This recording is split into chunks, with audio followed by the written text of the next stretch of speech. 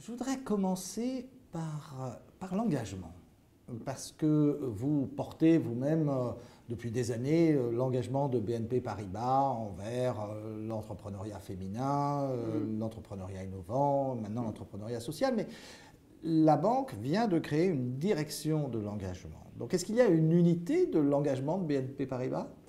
Écoutez, je crois qu'aujourd'hui, face aux défis environnementaux, sociaux auxquels nous sommes confrontés dans le monde entier, nous sommes convaincus que les grandes entreprises, alors les banques et nous en l'occurrence, avons une mission à jouer finalement pour contribuer à un monde meilleur. Donc vous voyez, c'est très ambitieux, c'est très engageant. Et par conséquent, nous avons des thèmes qui nous paraissent absolument déterminants et dans l'axe de notre métier de banquier. Et nous avons notamment tout ce qui est transition énergétique que nous voulons accélérer. Nous pensons que nous avons également un rôle à jouer au niveau de l'inclusion des jeunes partout. Donc pas mal de choses à faire et nous avons beaucoup d'actions à ce titre.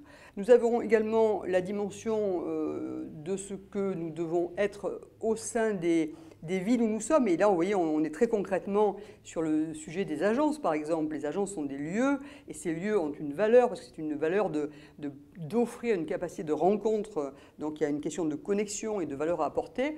Et puis, nous pensons que nous avons également un rôle à jouer en termes d'engagement sur la capacité à faire émerger, à faire grandir des formes d'entrepreneuriat qui ne sont pas encore au niveau de maturité où elles pourront l'être. Alors, parmi les nouvelles formes entrepreneuriales, il y a celles que nous disions, et principalement les femmes, qui aujourd'hui sont donc même pas le tiers des créations d'entreprises. Comment est-ce qu'on peut sortir de cela ? Il y a premièrement le constat du pourquoi. 3 raisons rapides.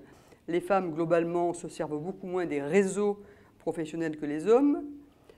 Les femmes sont beaucoup plus en maîtrise et donc sont beaucoup plus dans l'opérationnel quand elles ont une entreprise et ne prennent pas la hauteur stratégique pour pouvoir concevoir la croissance.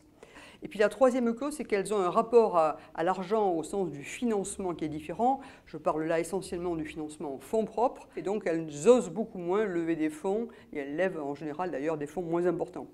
Donc face à ce constat, répondre à cela, et donc nous avons mis en place un programme que l'on a appelé Connect Earth, qui est un programme qui permet de travailler pour aider les femmes à oser et à voir grand. Et ce programme s'appuie sur 4 piliers en quelque sorte.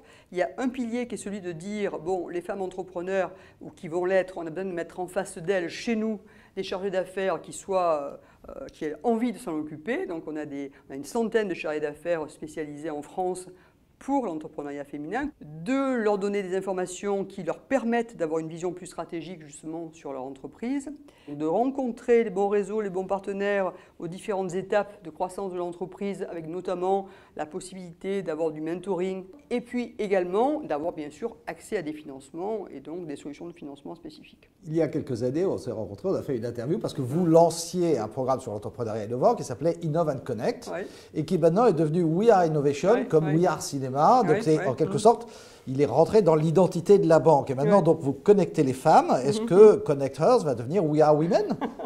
We Are Women Winning, d'ailleurs. We Are Winning Women. Merci Marie-Claire Capoblocco. Merci.